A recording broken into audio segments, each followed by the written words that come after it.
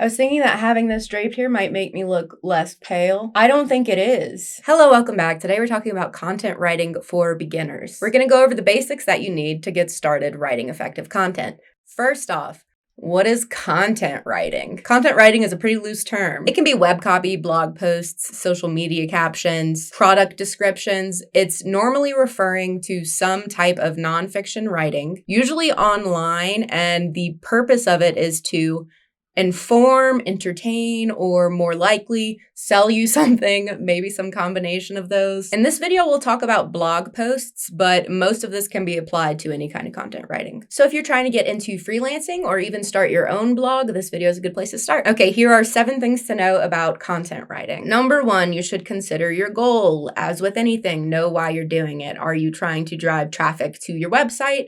Are you trying to open a sales funnel? Your goal with the content is going to dictate what you write and how you write it. And this also applies if it's a client's goal. What do they want it to accomplish? You should also know who your audience is. What niches and demographics are you trying to target? Your audience will dictate the information you write, but also how you break it down and the style and the verbiage, those types of things. So get down to what you're trying to do and for what readership. So typically it makes sense to start with a little research. Even if you're not including that research in your post, say it's an opinion piece, it's still helpful to know what comes up with that type of query in your search engine. So step 1 is to open an incognito window. This way your previous search history and web activity won't affect your results. You should search your topic in a few different ways, try different phrasing. You can skim the first page to see what points seem to be over-covered, maybe some topics that aren't being covered as often, or maybe they aren't covered very in-depth or competently. We basically want to figure out what we can do to make our post better or more unique from the rest of the results on the first page. You can check out these little people also search spots. Those are good places to find subheadings or to find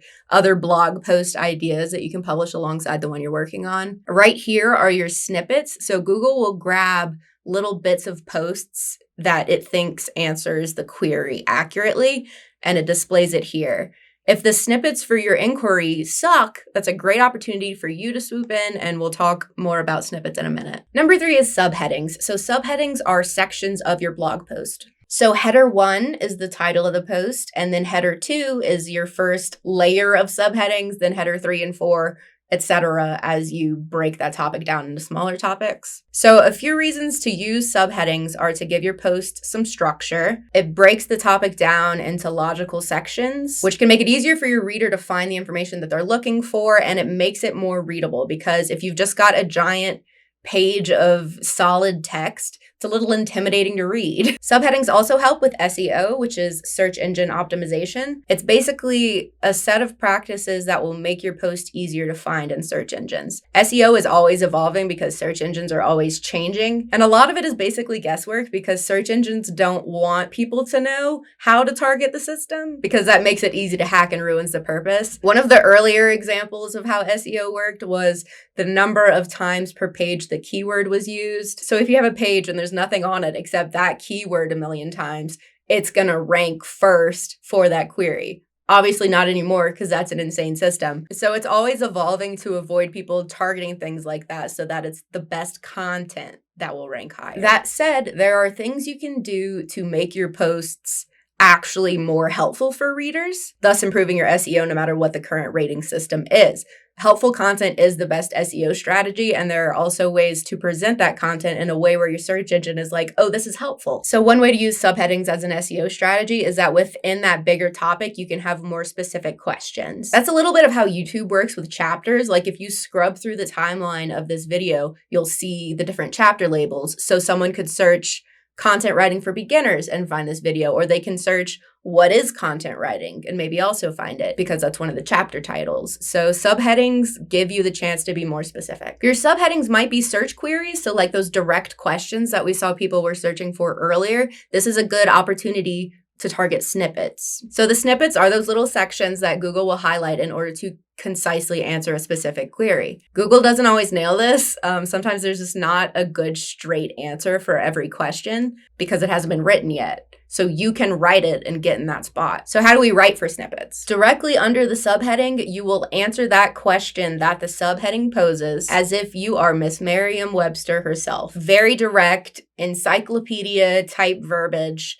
No lead up sentence, no jokes or big personality inserted here. You should edit these very well and make it clear that you're immediately answering that question. If you have a subheading like, what is the best temperature to prove bread? Then the answer would be, the best temperature for proofing bread is 80 to 90 degrees Fahrenheit. I don't know what it is. But make it clear that you're answering the question and use proper, almost formal wording. My most frequent edit on snippets for my writing team is that they put fluff before the answer, or they put what should be the second sentence first. So make sure that your first sentence is clearly worded and answers the question concisely. When you're writing it, your impulse is probably going to be to have some kind of lead up to it because that's what sounds nice and like conversational. Don't do that. Cut it to where you are answering the question first thing. So if you do this for an inquiry that you saw didn't have a very good snippet and your topic authority is good, it's pretty easy to snag a spot. It's like a shortcut to the first page of results without actually having your post ranking there yet. The fifth thing is original images and research. Google loves an original image.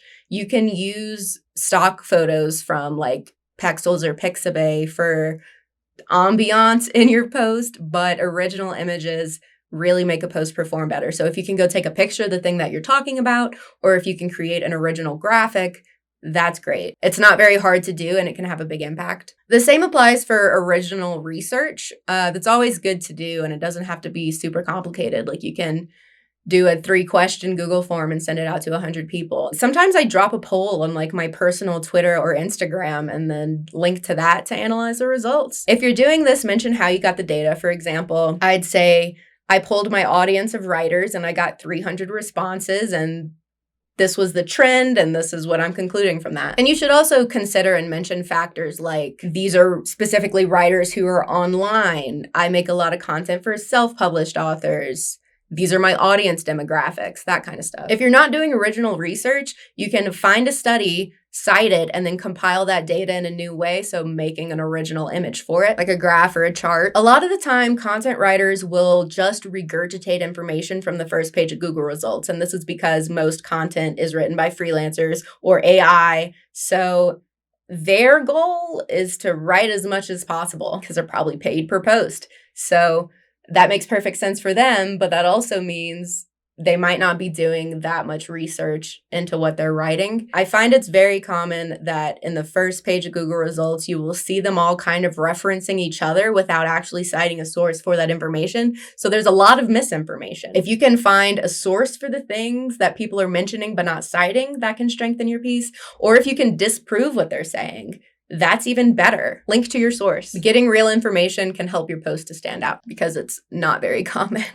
The sixth thing is cleaning up your posts. Editing is important for content writing. Obviously, you want your spelling and grammar to be correct and your information to be fact-checked because that'll just make you come off as more legitimate. But there are also things that you can do to improve the reader experience. So write for readability. This could mean using bold and italics to emphasize certain points, effectively using subheadings and images. Some sites will put like a key takeaway list at the end of every section, which is really helpful for skimmers. Make sure that you break up long paragraphs. The general consensus is that a paragraph should be like capped at 4 sentences in a blog post, but it can also be shorter than that. And incorporate white space. We just talked about this in the cover design video. It's just easier to look at if your page is not super crowded and dense. So give your paragraphs and your images some space to breathe. Go look at other blog posts and see which pages feel comfortable because some of them feel definitively uncomfortable. The last point we're going to cover for this video is your CTA. So your CTA is a call to action. It typically happens at the end of a post and it's asking your reader to do something. It could be an invitation to join your mailing list, to buy a product, or more commonly to read another post on the site. It's best to have only one CTA. It can be tempting to be like, here are 7 things I want you to do, but try to focus into one call to action at the end of each post. So if you're selling something with the blog as a whole, let's say you or a client has a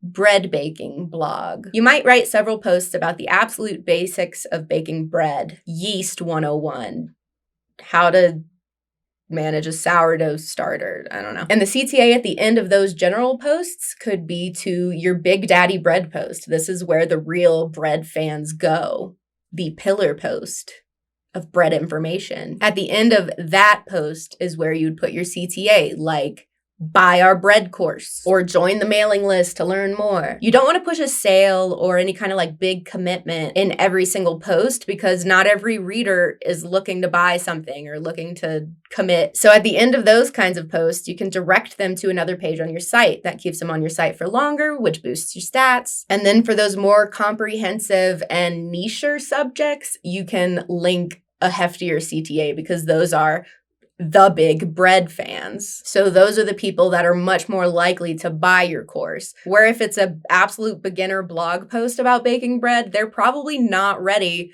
to put money up. They don't care that much about it yet, but they might care enough to click on the next post. I'm 100% baking a loaf of bread after this. There are a lot of other things to know about content writing, like batching and affiliate links and backlinks and writing with so much AI content out there now, topic authority, word counts. So if you liked this video and you want me to make another one going a little more in depth, let me know. Otherwise, I won't. Okay, see you next time. Bye.